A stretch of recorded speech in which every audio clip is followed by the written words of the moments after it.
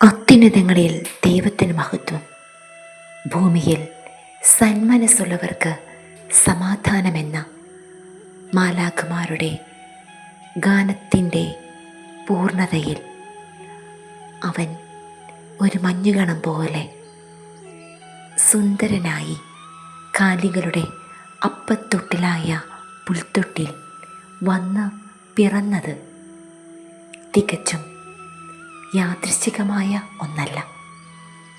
ഞാനാണ് ജീവൻ്റെ അപ്പമെന്ന് പറഞ്ഞവൻ അപ്പത്തൊട്ടിലിൽ തന്നെ തൻ്റെ ആദ്യ സ്പർശനം നൽകി അവൻ കടന്നു വന്നുവെങ്കിൽ കുഞ്ഞെ, കാലികളുടെ തൊഴുത്തിനേക്കാൾ മലിനമായ നിന്റെ ഹൃദയത്തിൽ അവൻ ഒരുക്കുന്നത് നിന്റെ ജീവിത സഹനങ്ങളെയും നിന്റെ ജീവിതത്തിൻ്റെ നൊമ്പരങ്ങളെയും ചേർത്ത് വെച്ച് മറ്റൊരു ദിവികാരുണ്യമാകുവാനുള്ള സാധ്യതകളാണ്.